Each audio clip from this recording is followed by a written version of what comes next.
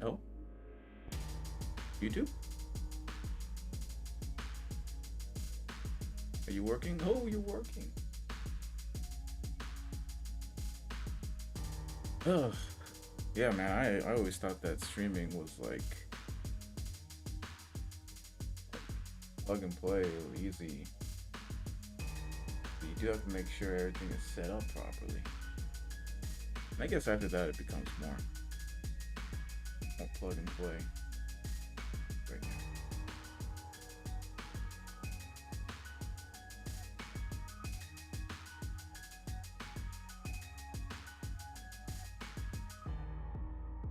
So I had to figure a lot out, but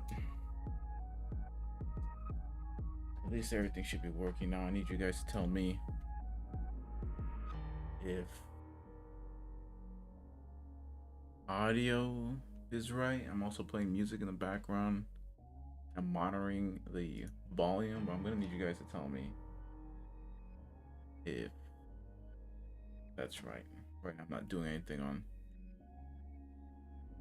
Blender. Just setting up streams here, and then I'll get to work on that hand. That is somebody's hand.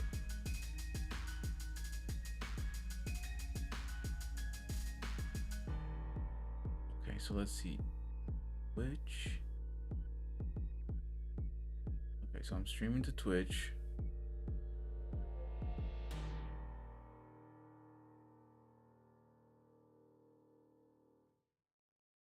So I wanted to stream to Kick and YouTube. So it looks like YouTube is live. Hello. Yeah.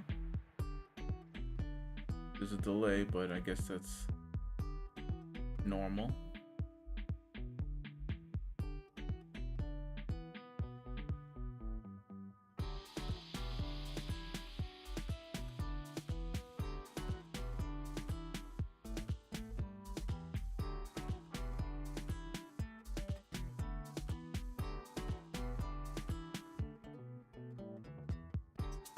Seems like quite a bit of a delay on YouTube, but I guess that's all right.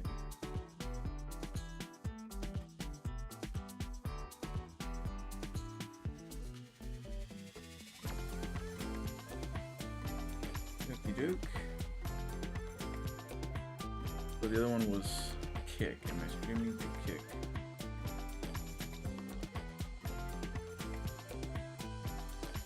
Streaming to Kick.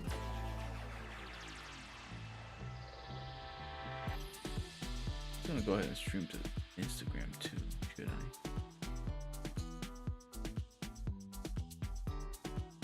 Not that I have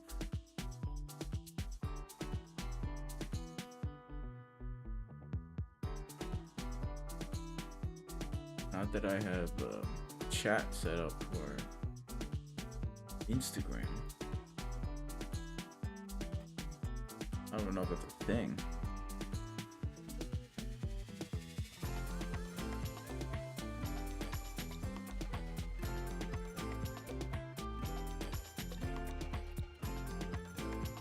Well, it's good to be here. Let's see.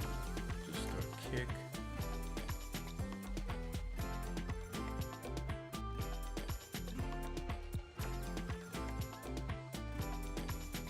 Ah, there we go. I got a bunch. My desk is really messy here, so let me know if I need to adjust the camera. Just want to make sure it doesn't point at anything. Anything you guys don't want to see. We'll be doing a lot of Blender here on this channel. Blender, if you don't know, is an open source software, 3D modeling, animation, sculpting, that sort of thing. It's not like super known as like an engineering in terms of 3D modeling, like engineering software when it comes to like a CAD. Like here is your nickel. me know if you guys hear an echo or something. I want to make sure you guys don't hear it. Weird. Okay, but CAD is computer-aided design. Usually you get it from like an engineering app, like I don't know what to call it, like I forgot. But Blender being open source is free, which is why it's one reason why I prefer it. Another reason it's more of an orthographic kind of designing, more like organic, almost like Maya. If you've tried Maya, Maya is another like animation program. My wife was trained in college for Maya. It's expensive. You have to pay for it. So I don't know. Blender seems to be more for, you know, the indie teams, you know, and individual creators. I make prosthetics for people for work. I work from home, do my own thing, and make prosthetics. So I do a lot of component design using Blender, and then from there just taking it to the 3D printers. I have some 3D printers here. I've got a few other in the room next door and a few other next to that room. So the whole first floor of my house is like dedicated to manufacturing and 3D printing.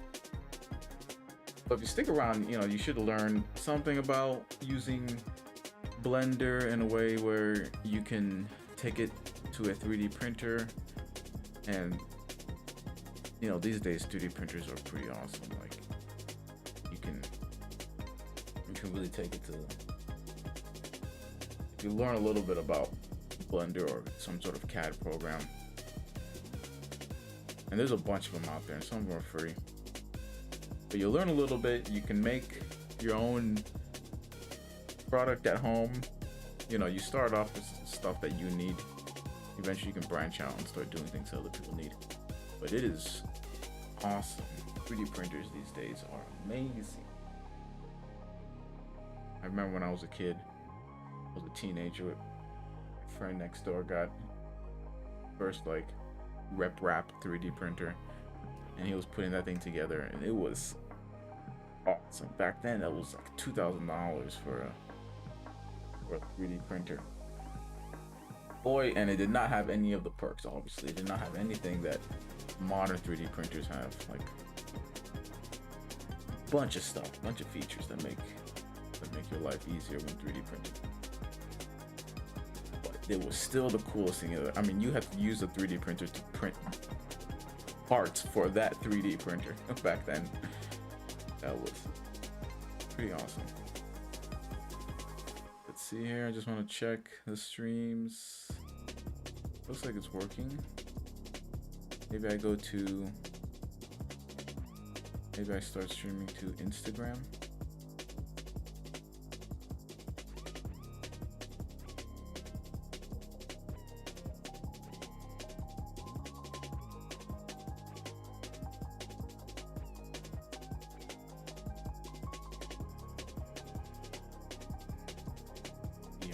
That failed, so that might not work.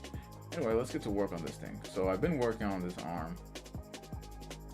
This person's arm. This is actually a scan that I took. So we can rotate this. I'm gonna set margin to geometry. That's gonna kind of thin it a bit. This is the old parts I make. I'm trying to make this hook on this shell to fit over this. Something of like a prosthetic glove. It's made from silicone. I make the silicone in-house here.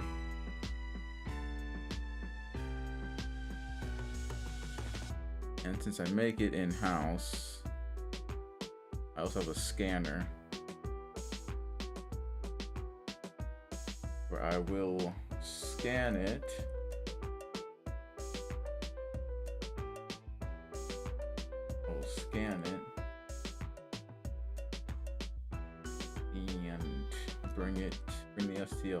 computer and work on it from there. So let's snap this selection to this cursor, but let's snap the cursor. World origin. This is the way you like to do this. With the Shift S, you can snap cursor to world origin. And then I'd like to add selected to cursor.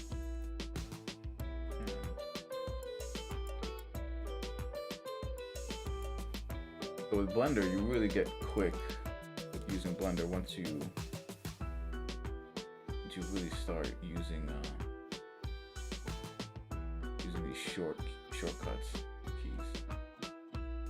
And the trick to making things 3D printable is to have plugins in Blender. Plugins are everything. Plugins will allow you to work a lot quicker. Normally you'd have to make sure everything's manifold by checking all the vertices and making sure that they're all merged. But using something like manifold, you see how it just filled this in. Now, I didn't do a great job, and that's fine. But we're gonna go in and use some booleans and stuff to make it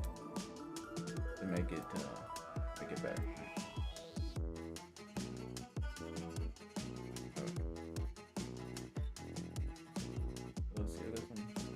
Stuff. This is just going to be used to cut into the shape a bit. I don't have to deal with all this stuff. Now, there's a lot of vertices, so you might see the computer lag out a little bit. Hopefully it's not going to be that big of a difference. Hopefully that'll just cut away. Yeah, and you see it takes a while because it's so dense with all these polys. So I would like to rotate this, somewhat, so it looks like this thing I've been working on here.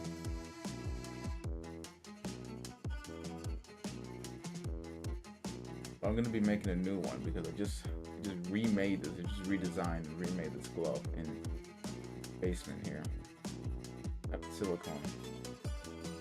Going to be creating a chamber where I can inject silicone to fill in this void. So right now, the person sticks their arm in it. This part that's popped out, that's 3D, goes over their hand, but I need to fill this in because I need their wrist to be able to move a bit. So I'm going to be filling that in with some softer silicone, and it's going to involve injecting some silicone. So I'm going to have to take this and 3D print this shell.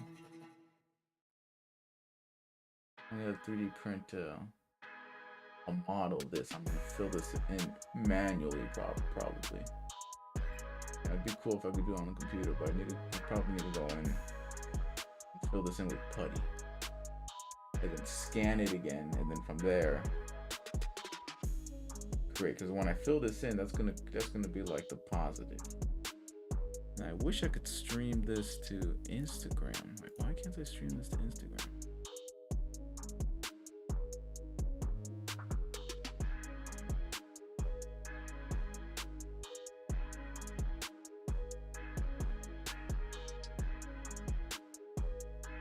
So if you don't know already, the channel's Automail Mechanic.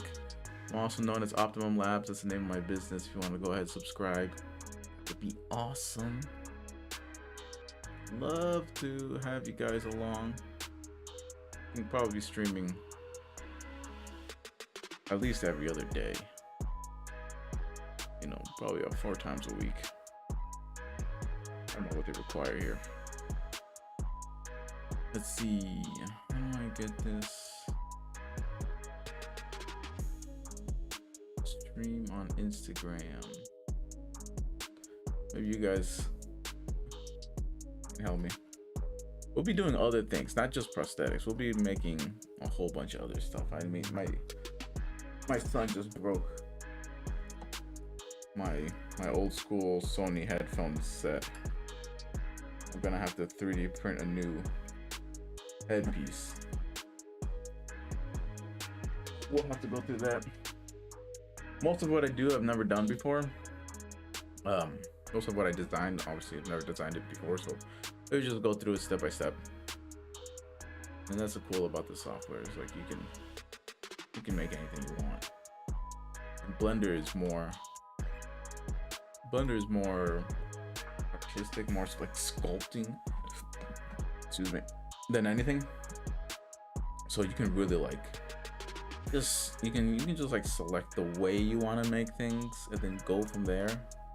Like if you like sculpting more than parametric design, then you can go that route, and then still like make it manifold and print out what you want.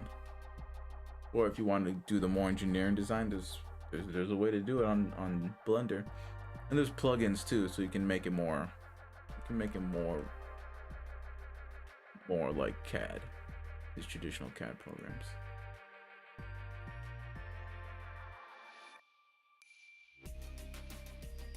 I'm gonna log in. What do I need to do? Aren't I logged into Instagram? Yes, I am. Come on. Do you stream?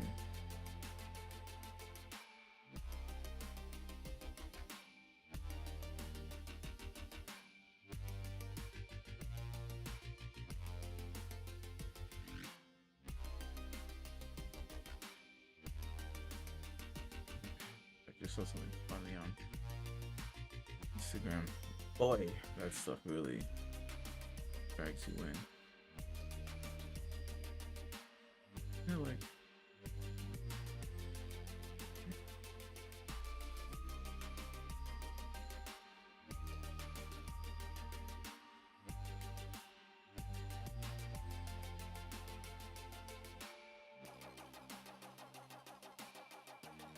it's meta.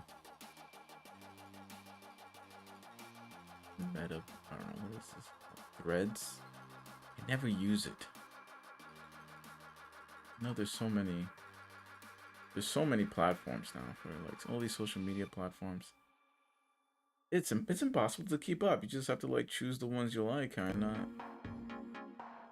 go from there. What the deuce?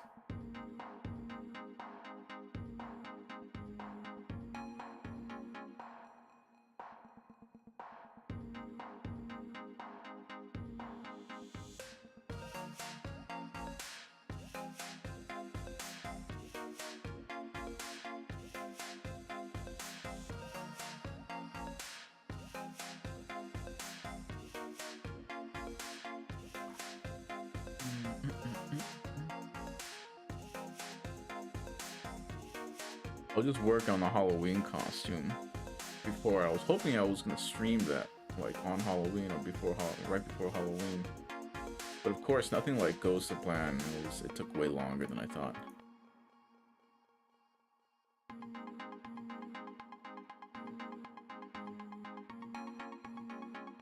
The content.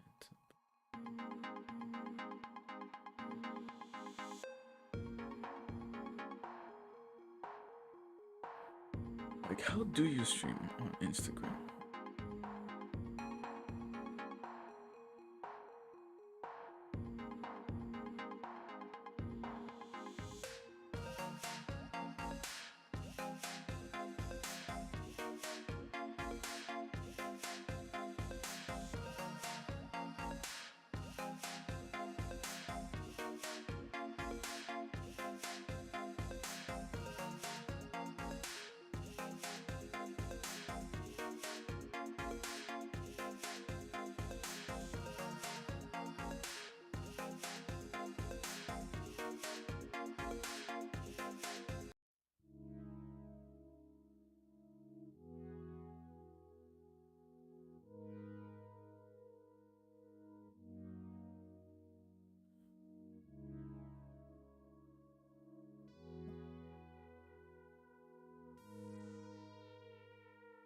Oh, whatever.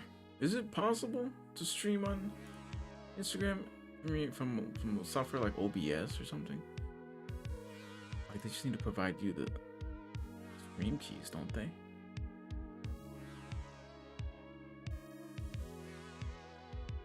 I did.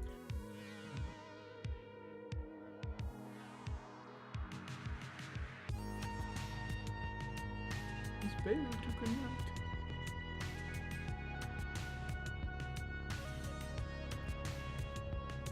Does Instagram provide stream keys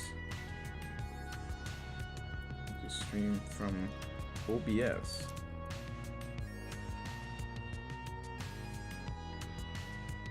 No. No? No, okay. Mobile only. Well.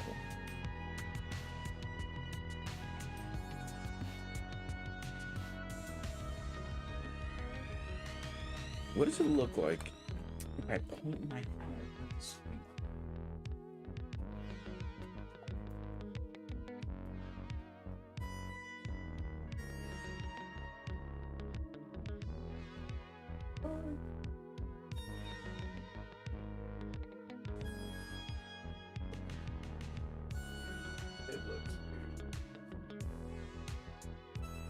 It looks weird. It looks weird.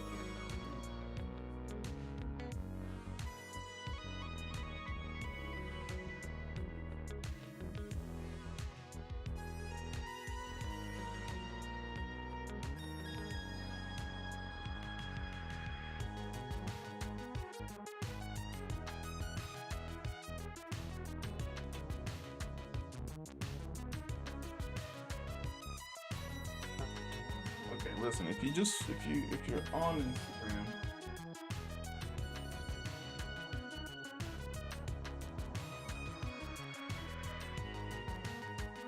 for an hour.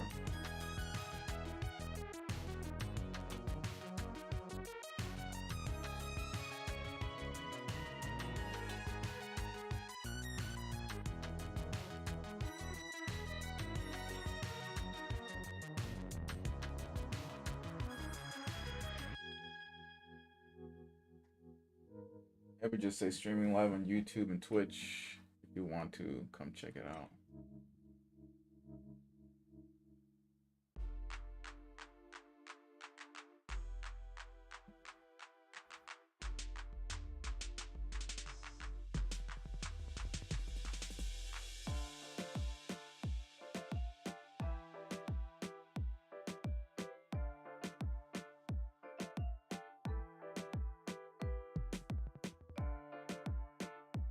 Let's just do that in.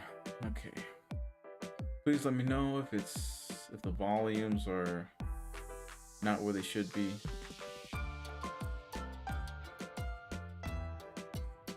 Otherwise, I'm just gonna go ahead and get to work.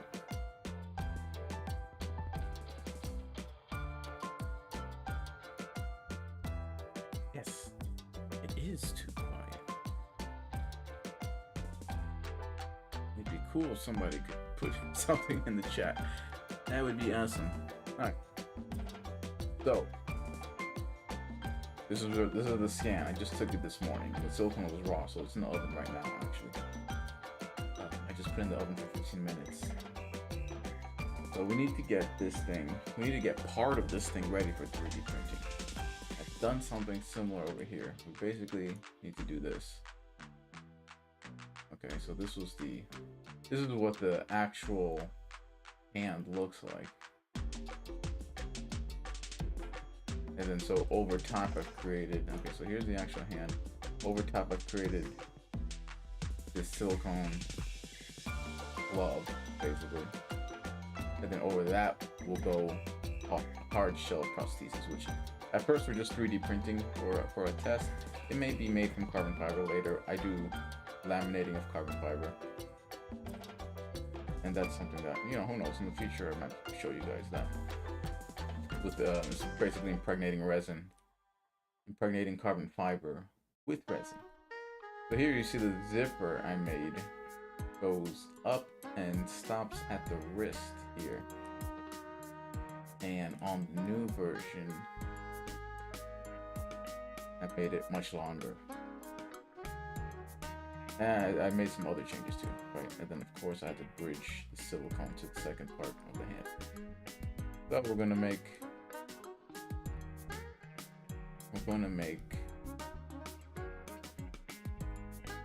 gonna fill in the void somehow.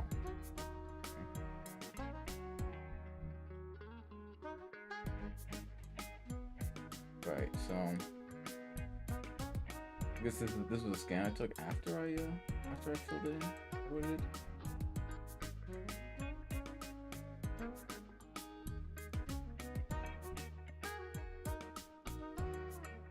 Alright, then I covered it with more silicone. Vulcanize that.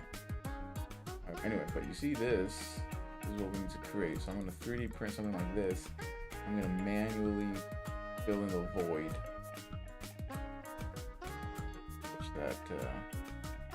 Such that I can scan it again. And then create a shell for injecting. Where is that? Did I make that here something? Anything being hidden? Let me know if you guys want me to like use a screen casting program, like a key casting program, so you can see my key movements. I think I have them over here actually. Screen cast.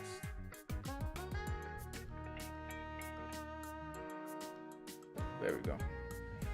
Oh, that might be in the way of the chat. And I move it. Move it to the center.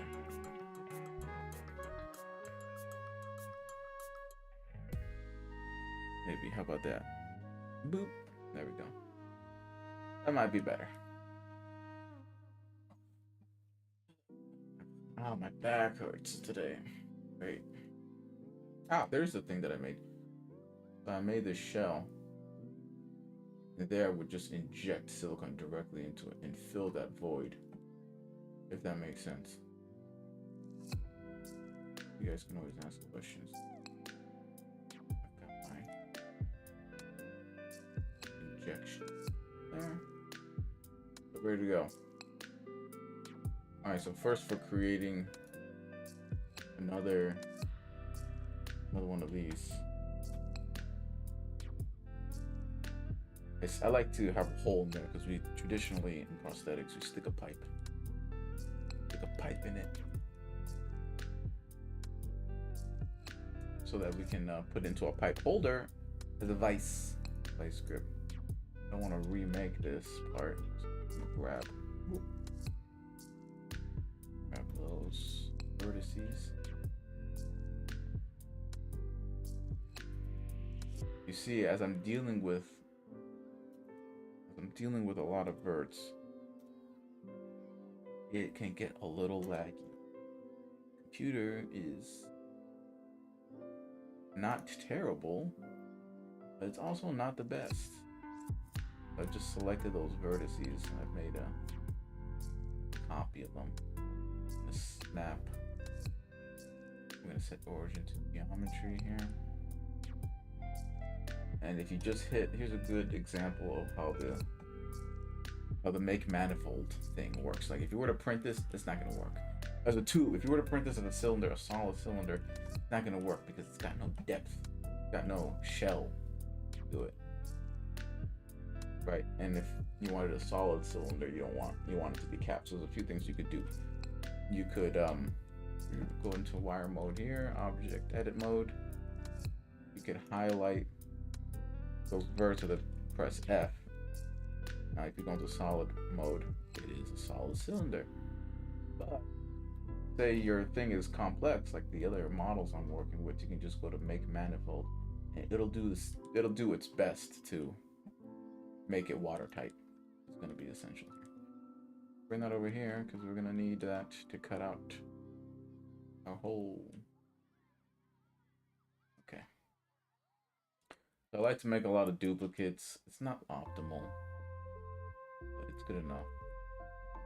I like to make a lot of duplicates so that I have kind of like a history to work from.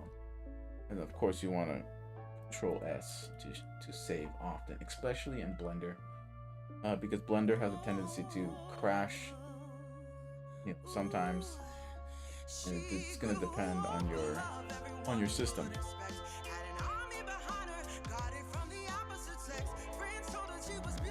Let me know if let me know if the music is too loud. Okay, so got our stuff here. There's other tricks we're gonna learn along the way for how to make it easier to work in Blender. Alright, so since I'm just going to be filling the center with silicone, probably like, Shore, like 20 Shore gel, like silicone injectable, it's going to be quite soft. I'm gonna go ahead and, it's always good to apply all transformations. So we're gonna go ahead and add a mesh cube again, like we did before. Scale this up so we can just cut away what we don't need, really. I'm gonna want this thing to just be like that much. So we do a little more. We cut away a little less, leave a little more, so that we have some room to work with. And I've already made my duplicate, so it's good to take everything and then just hit manifold. Now you can also, I got my stats set up here, so you can see like the vertices for this model is 500,000. I think globally, we got 6 million there. So something that you can do, sometimes it helps, is all of those are verts, and these are, if you zoom in, these are all n-gons, triangles, trigons. And usually, like in Blender and these modeling softwares, especially for animation, you want to end up with quads. So like squares or diamond shapes with 4 vertices instead of 3. You can go to add modifier and then remesh. And depending on your computer here, it could take a little while. Smooth, for example, and this thing should come apart a bit. Now if I go back, you still have your shape, but this is just giving you the cue of what's happening. You can modify from here. So we're going to increase the number of divisions. And you can see that they're all squares or diamonds, and they keep, as you increase subdivision, it will increase the resolution. And you can press / so that you can isolate what you're working with here. So you see it's getting better. And the number of vertices is 77,000 right now, so let's just go up a little more and it'll increase much faster. There, now we're up to 300,000. And we're at 9. You can see that it's all right. It's pretty good. Now you could keep it. If I go up one more, we'll see how much detail comes into play here. Now this isn't really necessary. See, now I've surpassed how many I've had from the beginning. I'm at 1.2 million. And you can just hit this green button if you wanna unapply and reapply. See it work. Again, depending on your computer, it's gonna be a little slow. If you don't want to apply it, maybe go down to 9, so we have 100,000. But like, it's not really gonna make a difference for my processor on how much it lags. So I'll probably just leave it like that. / again to bring it back. It's different from hiding. There's a hiding mechanism too, and that'll actually hide it so that it's out of render. I guess we could duplicate dish. Allow a bit. Okay, just remembering that I want to create a flat, an injectable shell. We're gonna go that. Gonna go that. You know, we could choose everything and make manifold. If your objects are not manifold and you try to do like booleans, it will screw up really badly. Sometimes even crash and take forever. So let's take this slow, one at a time.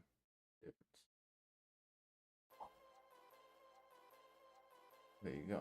So just a clean cut. And again, this is really rudimentary. Every time I do the cut too, there's so many vertices that have to be cut. I have to make it manifold. There's other ways too. You could do this by using the knife tool, but that's gonna be probably this is faster. Again, you're gonna select the object you want to cut and the object you want to use to cut, and then the object you want to cut, and then you press shift as you're doing it, so you select both of them. I am using a gaming mouse. Here, I'll show you guys. I'm using a gaming mouse for not to pull anything. It is a Corsair. Actually, I got another one here. I bought and used so many of them. I think I bought like 4 of these over my career in Blender, and sometimes they fail for me. I don't know if it's my luck or something, but these gaming mouses are pretty cool. They've got these 12 buttons on the side, right? And then you can map them. So I've got them mapped. And who knows? Maybe I could show you guys how to do that at one point. So that's just my backup mouse. What I tend to do is I get them from Micro Center, and I'm those are, you buy at Micro Center, you can pay close to $100 for that thing, and so you could find a cheaper one with the buttons, with the buttons on the side, probably for like $30 on Amazon, maybe even cheaper than that. But I don't know, I've been using these for a while. So I will get the protection plan. That's the one of the only things I'll get the protection plan. Anything that you like have a ton of buttons, that's you're hitting the buttons a million times, probably a good idea to get the protection plan. And so after the first one broke on me, I decided, oh, I'm just gonna get the protection plan. It's like $12 for like 2 years. Oh, for $16 for like 2 years. And whenever it starts to act up on me within those 2 years, I'll just take it back and get another one. Pay $12. I'm on Blender so much that it's fit for me. But I have 2 of them now because I kind of like screwed up and got one a while ago, and then it broke on me, and then I got another one and didn't get the protection plan, and so now I'm like just like interchanging. But it's fine because I have a laptop that I like to take with me, and so I will use it with my laptop, so I don't have to unplug my PC mouse. That makes sense. Okay, so we've taken 2 Boolean subtractions from the top and bottom here, and again, so I just want to probably 3D print this so that I have something to work from in the real world. I will print this in the real world. Map selection cursor. I'll take this in the real world. Hot glue on a pipe inside it. That's why we're doing this. And then just lay putty around here. And then scan that, bring it into this Blender again, which we'll do. Then and then create this injectable shell. So again, with the booleans, this is a boolean day So I'm gonna select the shape we have. You know, I could have, instead of taking the shape, the reason why I took this cylinder from the one I had done earlier is because the pipes that I use for holding up these prosthetics is, I don't know, like 18 centimeters, not 18 centimeters, 18 millimeters or something. And go to measure and do a quick little measure. Yeah, 20, I guess. Okay, easy. I don't know. That's why I keep them as reference. Okay, do that, shift. Okay, so yeah, back to the mouse. You'll see I have screencast set up so you can see the buttons I'm pressing. But you know, I'm not using my other hand here to hit the shift button. That's because I'm using the buttons on the mouse, so you can work a little faster. I had this mouse for a long time ago. Then a friend of mine was like, "Hey, do you map them so you can work faster in Blender?" And I was like, "No, it's an excellent idea." So I did, and now you can so you work a lot faster. Okay, so we're gonna do the Boolean difference, and there. Now we have our our hole. So now I can just take my tube in real life and then put hot glue in it, stick it in there. Then I have something that I can put in a pipe vise and hold it in a vise while I work on it. In the physical world, usually, you know, in the prosthetic industry, you'll have your prosthesis on a pipe, and you'll be shaving it off with like a Sureform shaver or whatever. And if you're doing silicone, you'll be using like a silicone roller. All right, so again, go to make manifold. These on the side, these are plugins. It's 3D print plugins. So you go up to like edit. What is it? Like preferences? Not preferences. Yeah, maybe. Yeah, you go to preferences, and then add-ons here, and then here I have 3D print toolbox, and you want to check it off. You'll search it up here. 3D print toolbox. You'll check it off, and then that'll automatically apply. And then I have a bunch of other ones that are useful for like 3D printing and stuff. And we can go over those in another video. Then you'd go to the bottom and then make sure you save your preferences. And then it'll pop up on the side. If it doesn't pop up, then you know, press N to get that menu to pop up. So that making manifolds will make manifold, and you see at the bottom what's been modified: 0 vertices, 0 edges, 0 faces. That means that it was already watertight. Okay, so now that's pretty much it. Now I should be able to take this and print it off pretty easily. Now I don't have a scene set up for 3D printing on my consumer 3D printers here, but I could possibly add it if you wanted. Let's see, display game, image, media source. How would I do this? I would add it as a window capture, I guess. Window capture.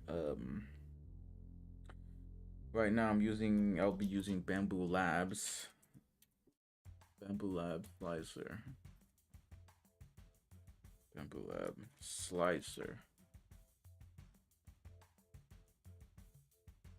Yeah. Okay, so let me bring up Bamboo Labs. And you won't see it yet. But you won't see it yet because my screen is set up to only capture Blender. But let's see, Bamboo Studio setting up. Oh, maybe we should call it Bamboo Studio.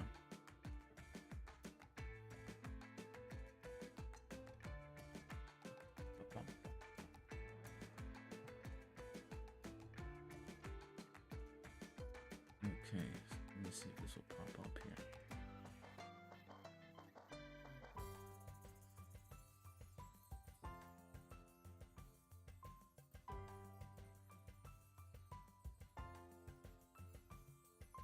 Let's let Bamboo Studios open up all the way.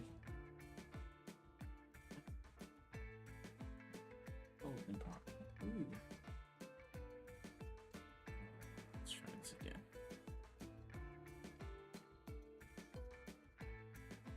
Here we go. Alright, you guys will have to let me know if you can see that. Okay. Automatic window match properly. Capture video multi-adapter.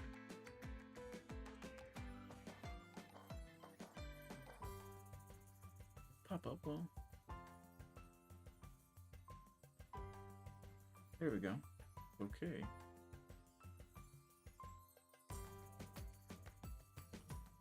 May have to change.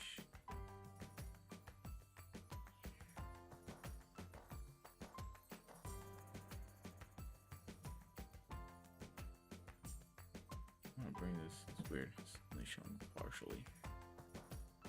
Maybe I can.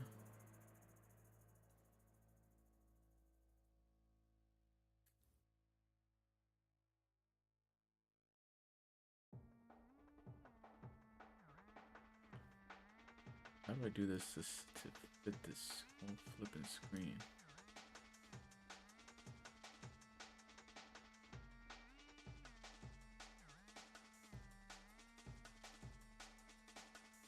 Okay, maybe like this. This is janky. Yeah, it's good enough.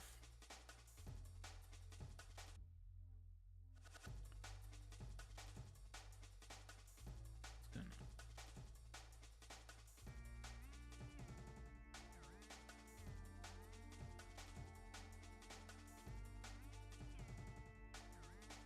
Okay, so I'm sure that'll work.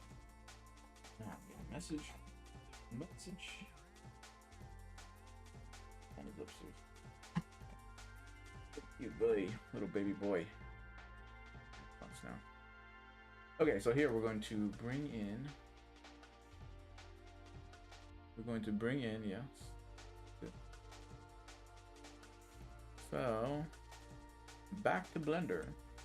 We already made this manifold after doing our cuts, the simple cuts. That's something that you'll do often, even when designing things that aren't organic. Holes for screws and whatnot. So we make manifold, and then we're going to export this. You want to make sure that you're going to export it someplace where you need it to be exported. On the side here in Blender, you can rename your object. And we'll just name this to, mold, whatever, 1. Enter.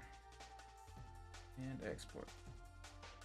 So this will export to the file that you've set up there under export. Bring up Bamboo. And I will, there you go. You just grab it and you drag it over. And sometimes you've got a lot of STLs. This was, you got a lot of STLs that you've exported into that file. So often I find that just checking the timestamp works well. So you drag that off, you bring it into Bamboo. Okay, so I've got a bunch of 3D printers here on my Bamboo Studios. So I need to go to Device and select which printer. Got the A1 large is what I call it. And then there's the A1 mini at the bottom, Carbon and H2D.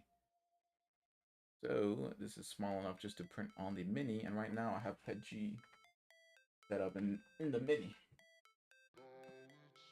PETG is like more flexible, so I'm gonna need this thing to flex over the actual mold, over the silicone that I actually made. So PETG sounds like probably the best. After selecting your printer, you can go to sync and sync up the printer. That's important because none of the settings are the same. nor is the size of the build plate the same. So you see here, the build plate is much smaller now.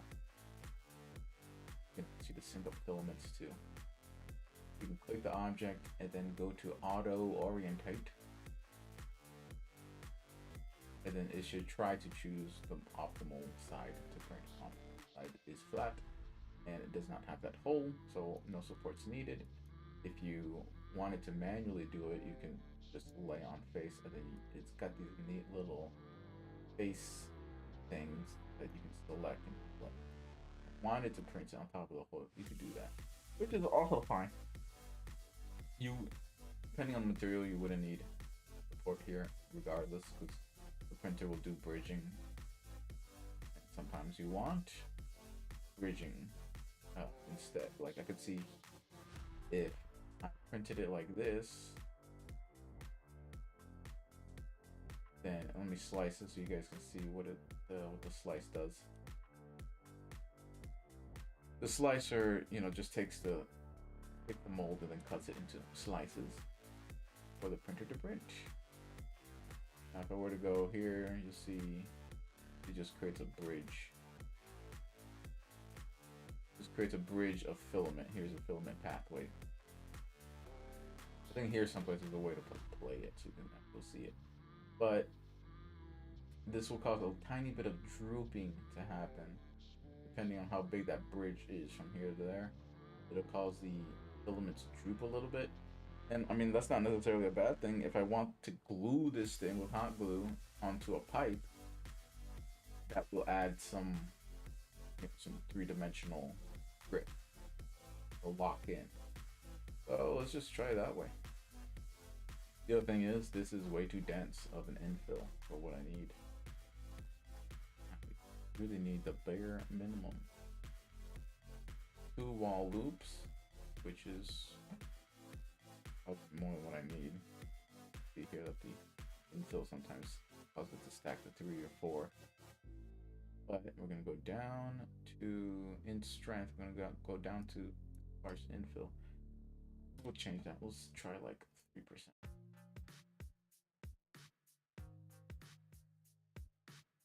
Oh, and then hit slice plate to recalculate the slice. Okay, once you recalculate the slice, you'll see how much bigger that infill is, or how much less dense it is, and that's probably fine.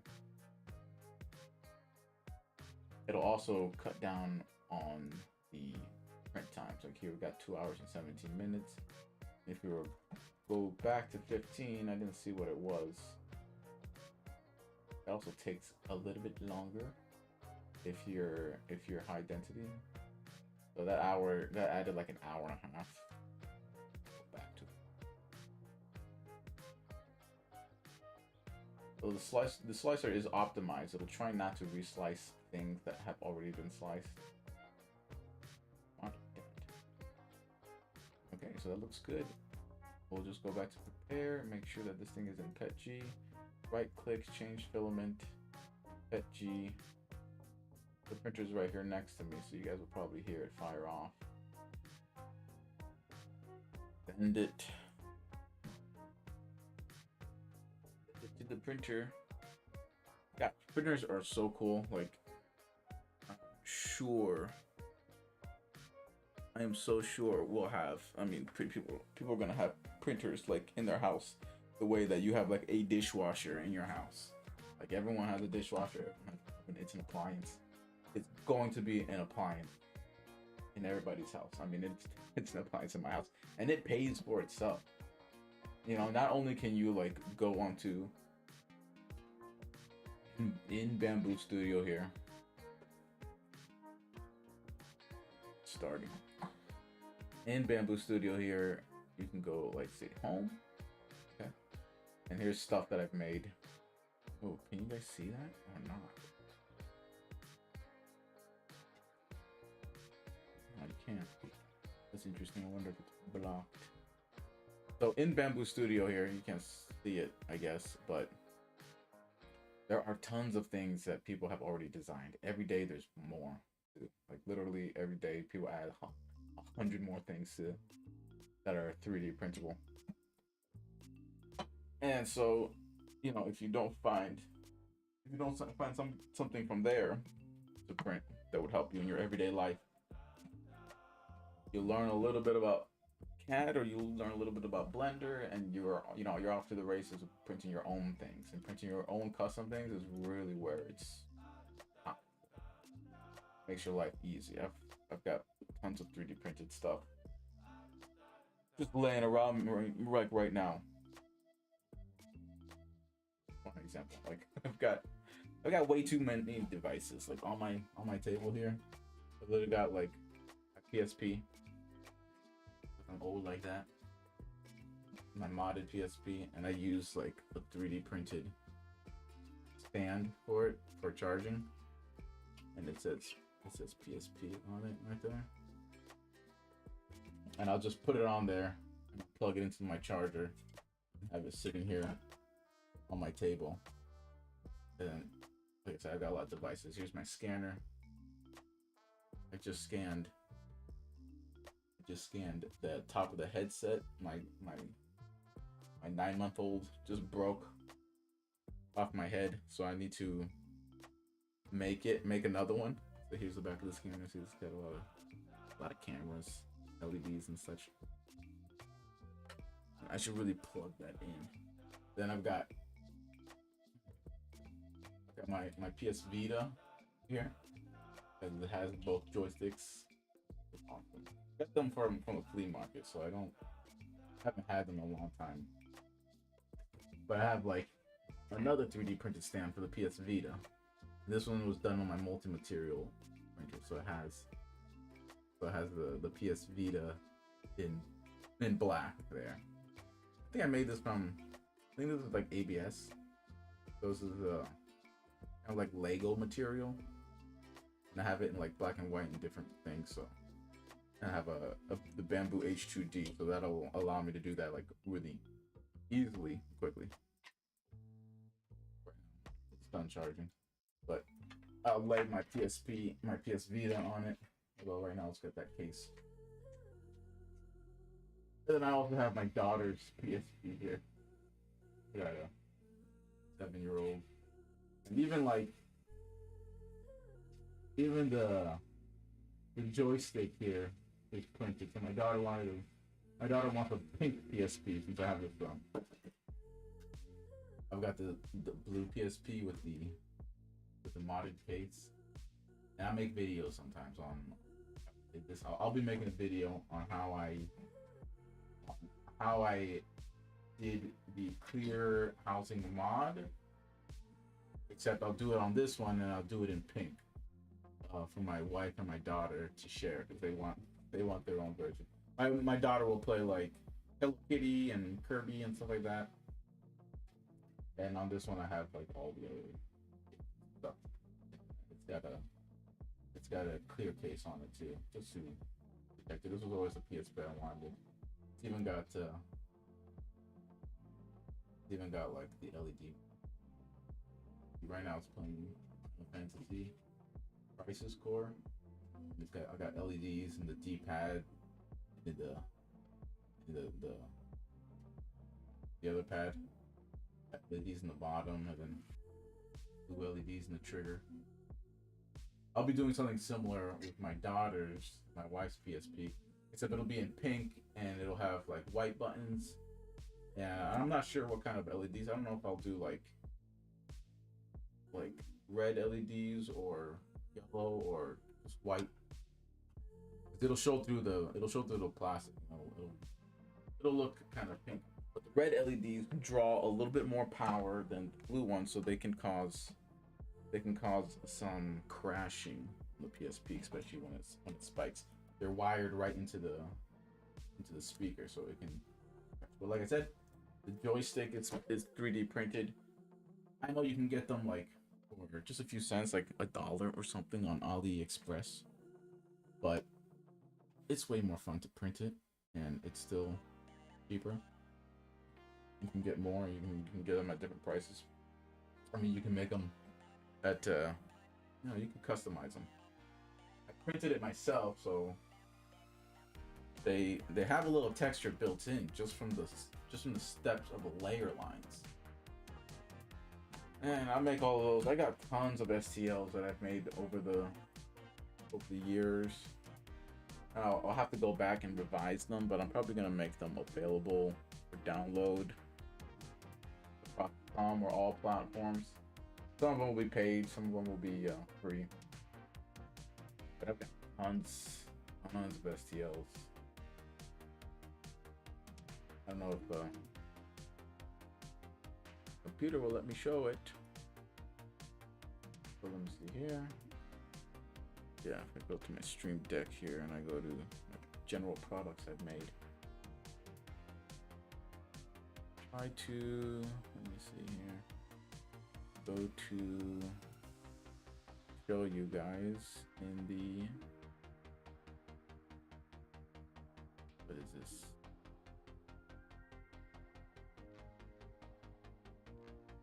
Go to like global. There we go. There you can see all of these folders of 3D prints I've designed over the past couple of years. So there's a ton of stuff here, and then each one of these things has a lot of stuff in them. Right? There'll be like multiple designs here. Here's like cosplay. I've done like Minecraft suits, Buckethead, which is a guitarist, Deadpool helmet,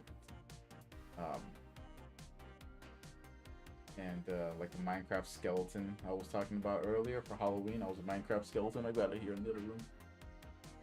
And I wanted to, so that's a helmet. It's a square, basically a square helmet, and it's got internal structures to hold your head.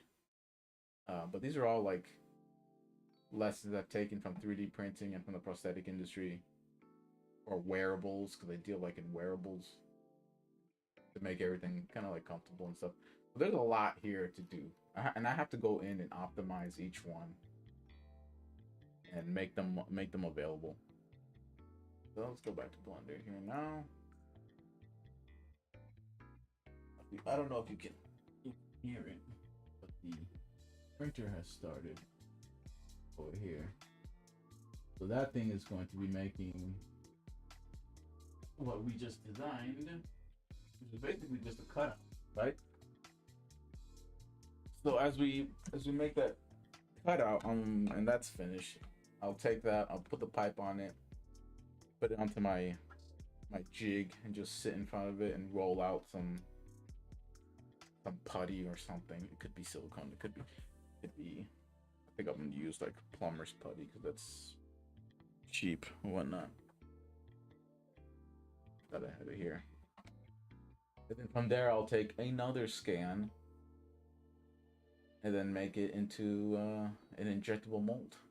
And then that's pretty much it, right? So that was simple. Let's try that. Let's go back to Bamboo here real quick. So if you guys have any questions on how to handle Bamboo, or how to handle Blender, you let me know.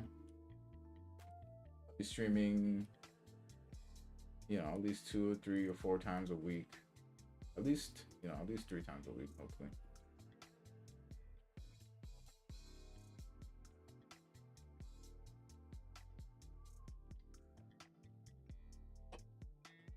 Then the purpose here,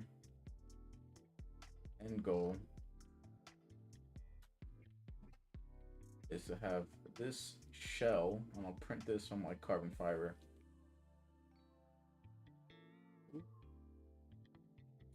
To have this shell sit on top of the silicone I'm making. Where is the... Okay, yeah, you see, that's why I make duplicates a lot, because I made a duplicate, I put it away, and then I used it to make these cutouts, but then I kind of forgot that I had done that. That's why I think it's important just to grab it and make make a bunch of duplicates. So let's duplicate that again. And let's snap selection to cursor. Okay. They're sitting right on top of each other. Okay. Oh, excuse me. So I made this from the previous version. I'm sure. I mean, maybe it would fit. The problem is I need to remake this because I'll have to redesign this because the silicone will be slightly different. When I remade this, the M2 rosettes here, these holes will be in a slightly different place. The silicone will be slightly contoured differently, the thickness of the silicone. I'm sure it's probably close enough, and I can go in and cut the holes where I need to. And we'll test that. I printed that out. And here you can actually see it. It looks like after printing. I've got two versions here. These are printed in nylon carbon fiber. They are pretty beautiful.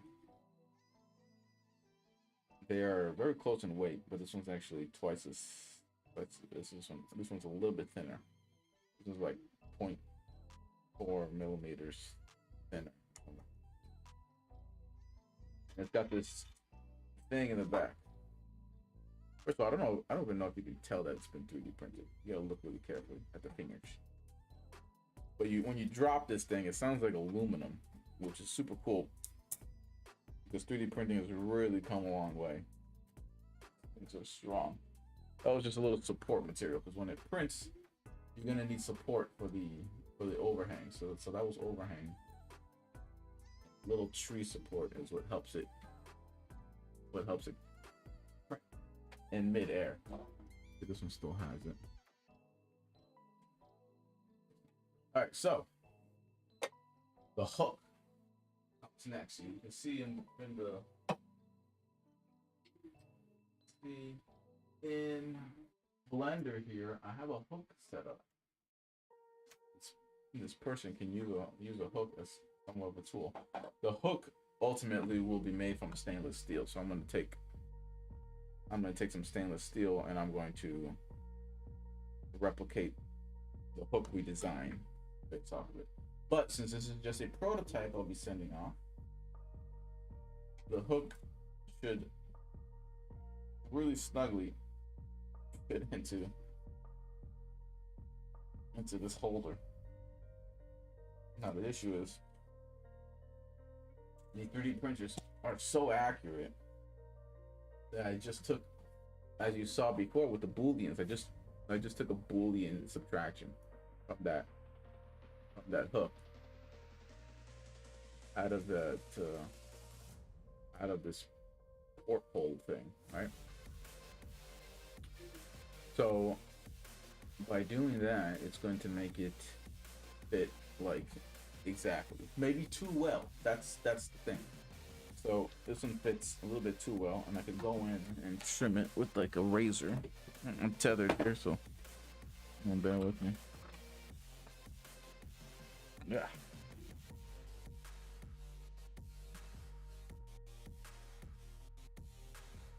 So because things print and sometimes have like a kind of like an elephant's foot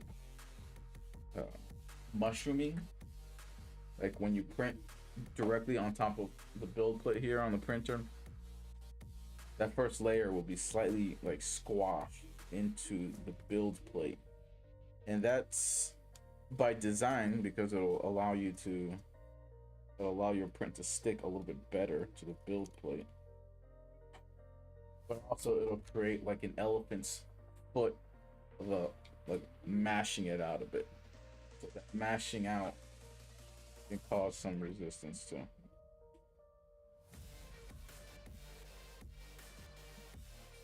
There we go. There. But because I did that boolean, they created a key so that this thing could fit in and not spin, regardless of being screwed in or not. So there's some pluses to that because this, as you can see, the hook is a circular, right? And but printing that is going to be a little bit of a pain because printing that first layer on the build plate is it's gonna print basically one single line. It's gonna try to build on top of that one single line. So I don't know if you can tell, but that hook has a flat side to it. That flat side is gonna help it print on the printer, but then it's also not going to be circular anymore. And that's gonna, that's gonna vary on how important that is. But what we're going to do is test to see how well that hook how well that hook is shaped, really, because this is just gonna be just nylon. This is just nylon carbon fiber, so it's not to be as strong as a stainless steel hook. But before we move on to the stainless steel hook, I want to make sure that this person can make sure that it's going to be usable. Okay, there's the internal tree support. Looks like I left some in here. Go in and break it out with a tool or something. But it's gotta be something like that.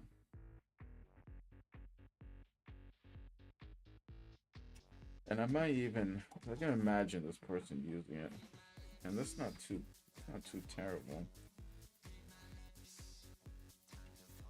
I'm gonna be like on the computer sometimes typing.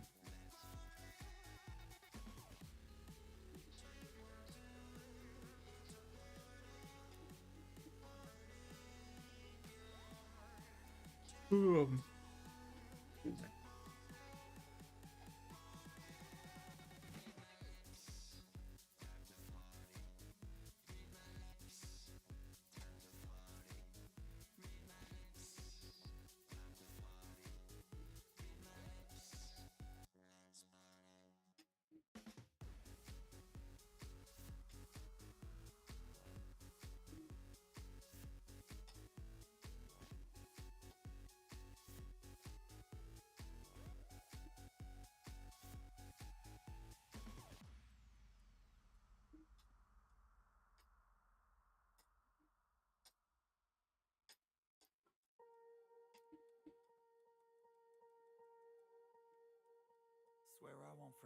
Yeah, so it's not bad.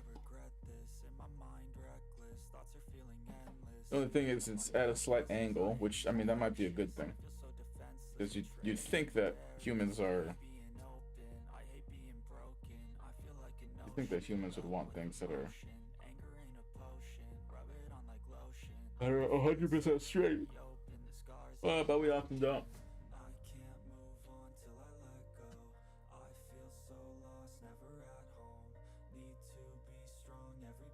We often don't because we're faced in a little bit, you know. And I would like this thing to be kind of like a middle finger with how it operates. But this feels actually pretty right to me. That's the beauty of modeling things in Blender, because you can really examine it and make it feel right in Blender, and then oftentimes it feels right in real life. Okay, so here you can see the center module I made was that.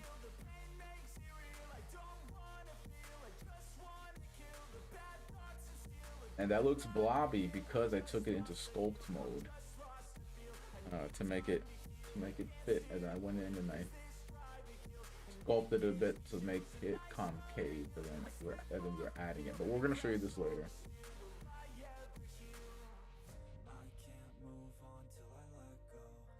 Okay. I don't know if I'll be able to take this out. That's the thing. I might have to reprint. Ah, there we go. There you go. That's not bad at all. I don't think I actually even have to adjust the... I don't even think I have to adjust the fit. That's what's so impressive about 3D printing these days. Like, that was literally just a, a Boolean subtraction of the hook out that of this part here.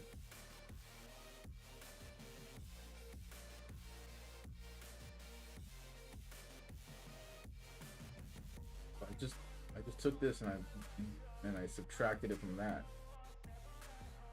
And I don't think I have a, I don't think it's flattened on one side. I wonder if I lost some progress here. I probably forgot to save when my computer crashed yesterday. But that only happened because I accidentally unplugged it. I had nothing to do with Blender. Don't blame it. The computer I'm running is a hodgepodge of old parts and new parts. It's a Ryzen 7 processor on a gaming motherboard and an Asus like 1070 graphics card, which is multiple generations old already. Okay, and the thing with Blender is you want as best of a graphics card that you can get, because you're gonna want it to hold as much VRAM as possible. But I mean, my card only has 8 gigs on it, so it's really like not that big of a deal. 8 gigs is decent, you know. You can go for 16 like on an NVIDIA GeForce like RTX 9070 or whatever they are. That's like fabulous, you know. That's fabulous. You won't have, that's like future proofing. That's the thing. You want to future proof your computer a little bit. But like I said, this Asus graphics card 1070 whatever it is and I deal with you can see this scene here is 7 million vertices, and I'm not optimized at all, and it holds it runs it pretty well. Now you also want a lot of RAM. I have 32 gigabytes of RAM on this computer. You're gonna want at least 16 to 32 gigabytes of RAM, depending on what you're doing here. Like, probably not making prosthetic limbs for people. So, you know, 16 gigs is gonna be fine these days. I don't know if you can see in the shell here. There is you can actually see the hook. Now, I could have covered it from the inside. The hook doesn't show, but this is I have to think about how to laminate. How to make this thing for lamination. That means covering it with carbon fiber and injecting resin into it.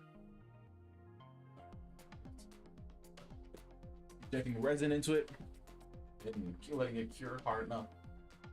And the thing about that is you're basically making shells. You're only able to make shells of carbon fiber.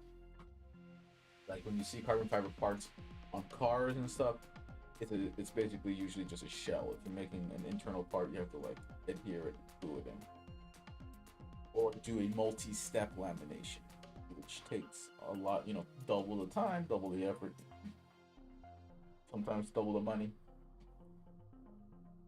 So we're gonna do a shell, and that's why we have holes at the top here. The holes at the top are gonna be so that we can literally just screw it in. On the metal part, I'm going to probably drill some holes. We'll flatten it a little bit. Drill like 2 holes. Make them M4 holes. Make them M2 holes actually, probably. And then tap them and just screw them in with some screws.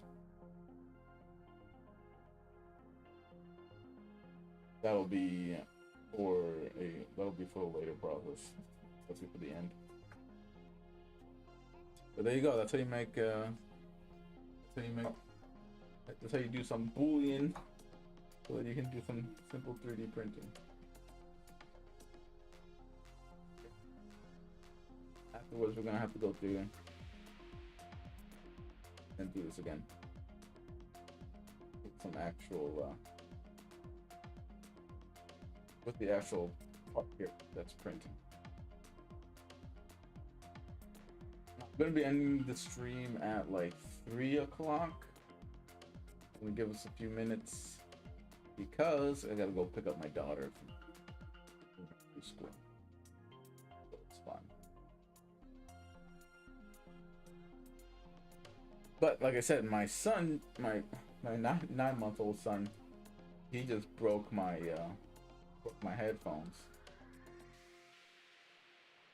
The ones that I actually want to use for streaming right now. I'm using these old Apple things,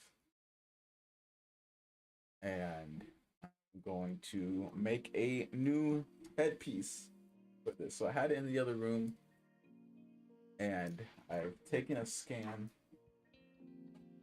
of it. I think you've seen it here on the scanner.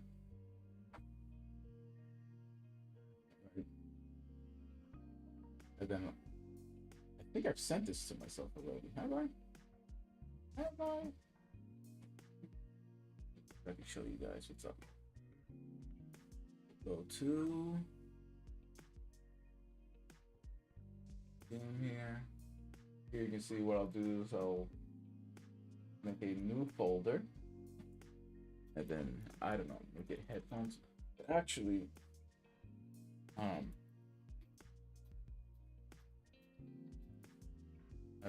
I think I've actually already started. That's headphones.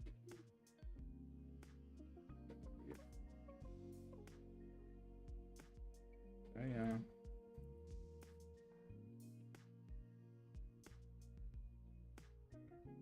Headphones. There we go. Okay, so I have headphone stuff here. Headphone belt clip. I just made a. Yesterday, I got these headphones from the flea market. There you go. I got these headphones from the flea market. These are JLab headphones, and I got these at a killer price, man. I paid like $3.75 for these things, and I'm pretty sure like they didn't do a whole bunch of research. I had, you know, they have a whole bin of like headphones and earbuds, and I know, kind of gross, right? But I saw these in there, and I'm like, these are in way too good condition to be in there. Turns out these are like $70 headphones, and they have excellent battery. I mean, like I turned it on there, and I connected it to my PS Vita because these things run with an older Bluetooth module, and because like you can't use your Apple Bluetooth earbuds on the PS Vita because it uses a newer Bluetooth module. These use the older Bluetooth module, and actually, what really drew me to these there was that the earmuffs here were not damaged at all. Like they look brand new, right? And if you know anything about headphones, often what happens is that the felt or the faux leather, the pleather, whatever, around the earmuffs, they start to degrade and they start to come off. They just peel off and they're garbage. Same thing with the headphone here. It immediately starts to peel off, and then over like a year or two, it's completely gone. These things are brand new, and you know, I guess that's the good thing about living near a donation place where a lot of rich folks just come and drop off stuff. Anyway, not like they came with a charger, but the charger is just micro USB, and these things have noise canceling on them.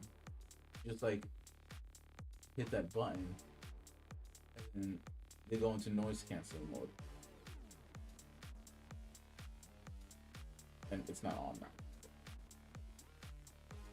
But what I was doing was creating this piece here. This piece, you know, like I like. It's alright putting these things around your neck. I don't know if it's like I have such a short freaking neck or something, but like, you know, you can't look down and have this thing around your freaking neck.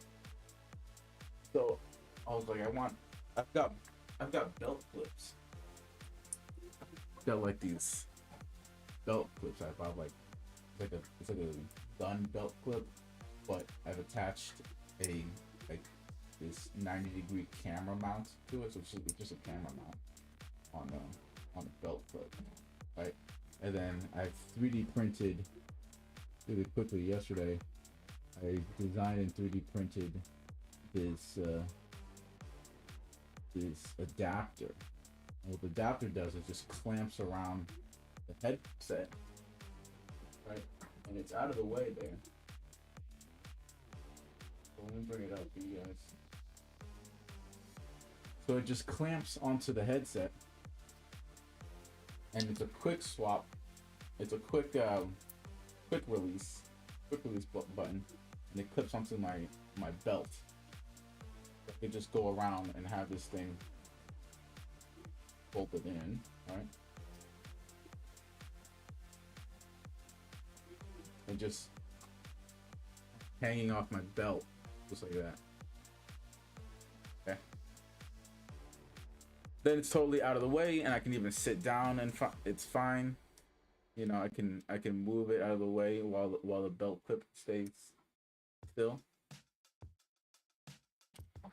So here you should be able to see.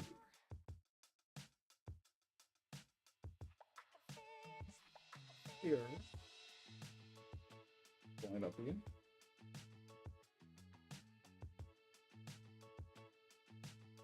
Switch to a different blender scene. That would be great. Hit exit.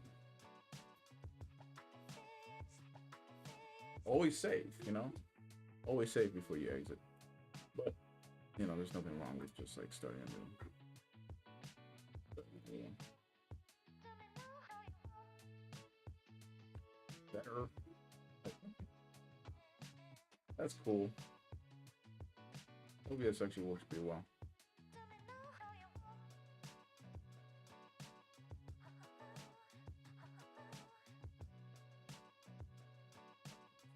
Gotta resize this to fit.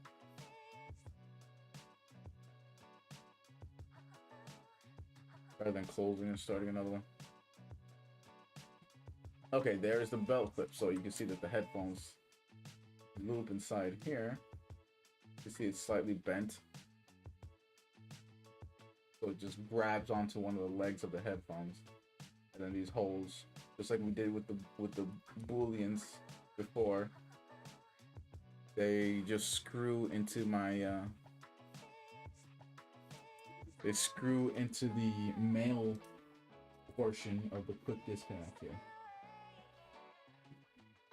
See that? And that literally took me like 10-15 minutes yesterday. Printed it in nylon carbon fiber on my H2D. You know, after getting the headphones the same day or the day before for, you know, $3.75. All of that. This is like $5 for some noise canceling headphones that can hang off my belt whenever I need. You gotta be careful. Yeah, I just think that's so cool. Like I love 3D printing. It is wild, and it happens to just be just right with my head with the angle. The angle of the belt clip happens to sit well with, right? The angle of the belt clip happens to sit well. The angle of that album, or the headphone very comfortable. And then so this quick disconnect has a lever on it. But then you can buy more.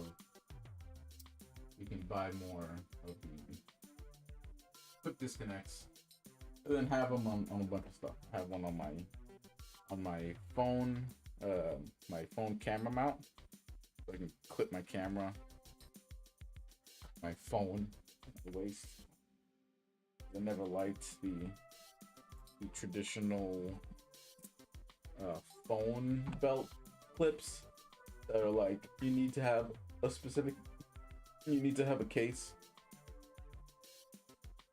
that couples with like a whole belt system thing, like an otter box, like the otter box phone case,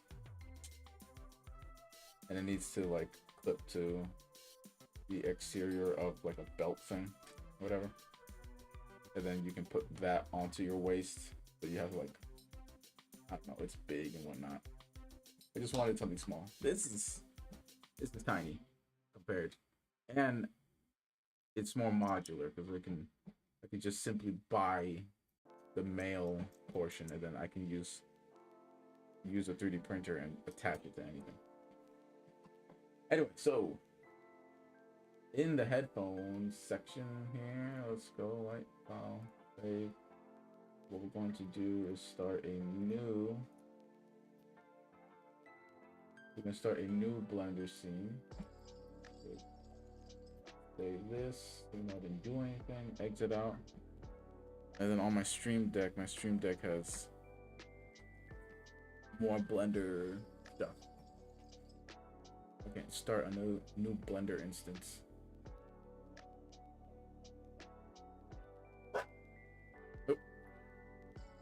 Oh. Dark and people. Max, what's up? Chill. You're gonna wake up the baby. Go to bed. What are you doing? You okay? Up. Punch me in the face, dude. You're such a pain in the butt. Okay, down.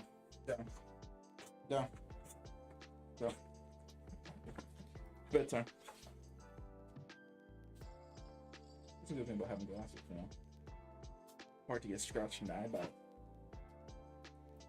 Ugh. Okay. So we are going to change the screen capture to, there we go. You know, or more efficiently.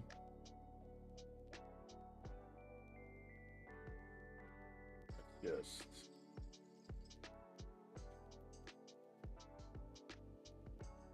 exit out of this. Okay. I know it's gonna be black for a second, but I'll start a new Blender.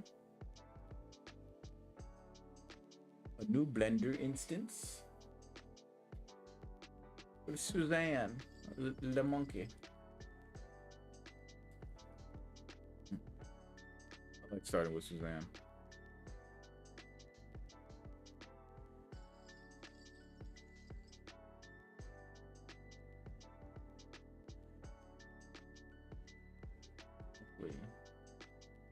Hopefully you guys still see me there. You still see me there? Am I alive? Hope nothing's frozen. Anything frozen, dude? No? Okay, good. Good. Got some messages.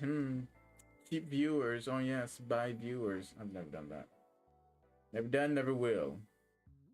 And one in Spanish too. Apóyame. Te apoyo, bro. Soy un streamer reciente. Agradecería tu apoyo de entrar al stream y apoyar algo stream de Fortnite de 9 a 12 de la noche. Yes, well, I may do some game streaming too. That would be fun. What do you guys think? Anyway, Whole bunch of people just like trolling new streamers. Yeah, that's my new streamer. Like Instagram. I've never understood like okay, like buying viewers on Instagram.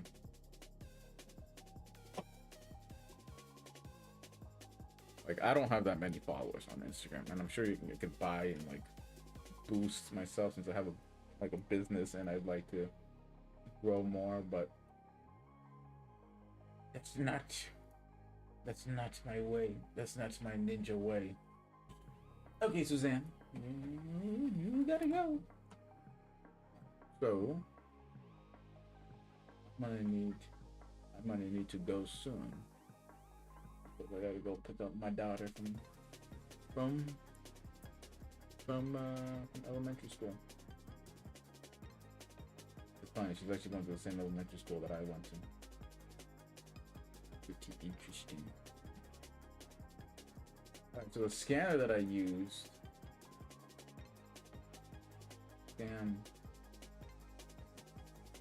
the scanner that I used to scan the headphones is the one that I showed you here. It's the Vega Star scanner.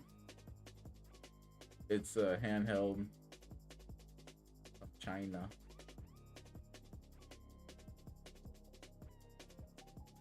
And I don't want to share, I want to download the STL. So it you can log into like an online portal where you can download your scans as in different formats, .peb, .gltf, .obj, and .stl. Then you can grab it. You can't really see it right now, but you can grab it and then import it.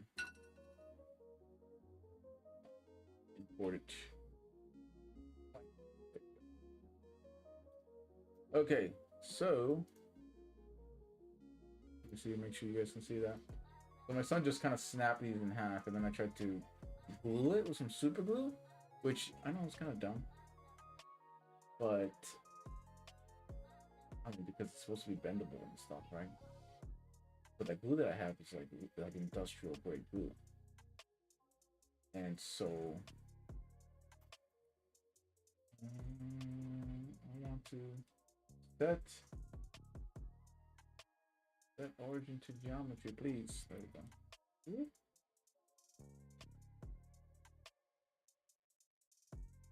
We're going to snap selection to cursor.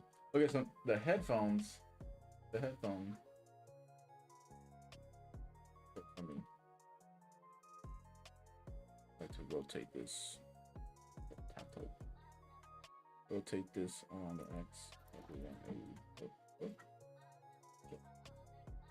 Rotate this around X. Rotate around X, I said. Let's see, hit the R button. You guys still see the screencast go away? Screencast, come back. Okay. Rotate around X 90. Oh, rotate around X 90. Rotate to Y because I want to see the closed part in front of me. So he broke it. It's originally snapped up here, and then I primed it and glued it, and then it snapped again like down here. And then I'm like, shoot, well, okay. So I primed it, glued it again, and then it snapped over here. And I know this isn't old. It's like 20 years old or something. 15 years old probably. But it kept snapping. I don't know if it has to do with the glue fumes. Sometimes the glue fumes can make the rest of it brittle. But we are going to be trying to design a thing like this so that I can continue to use them.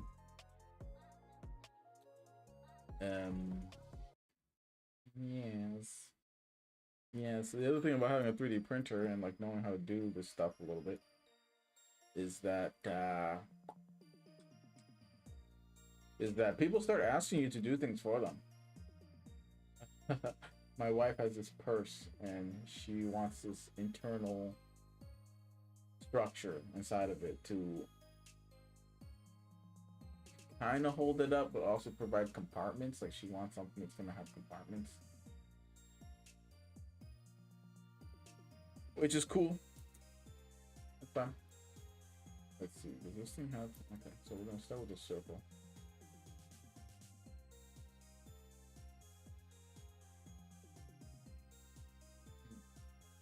Let's start with a normal circle.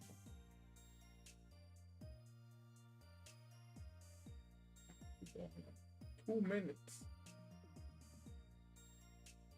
Start with a circle. When you import a circle, here at the bottom, you're gonna see a little menu where you can go in and you can like adjust. And it's just how many verts you want. The more verts, the more smooth the circular thing is going to be. The reason why I scanned it is so that I don't have to take any measurements. So I'm just gonna guess.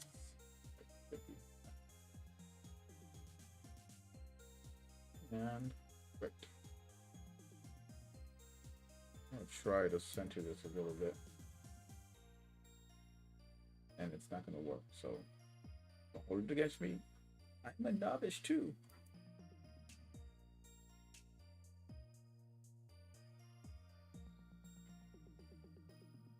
And I guess what I'm gonna do is just try to get the exterior. Oh, it is very circular. I thought I was gonna have to. I thought I was gonna have to reshape that. I don't know.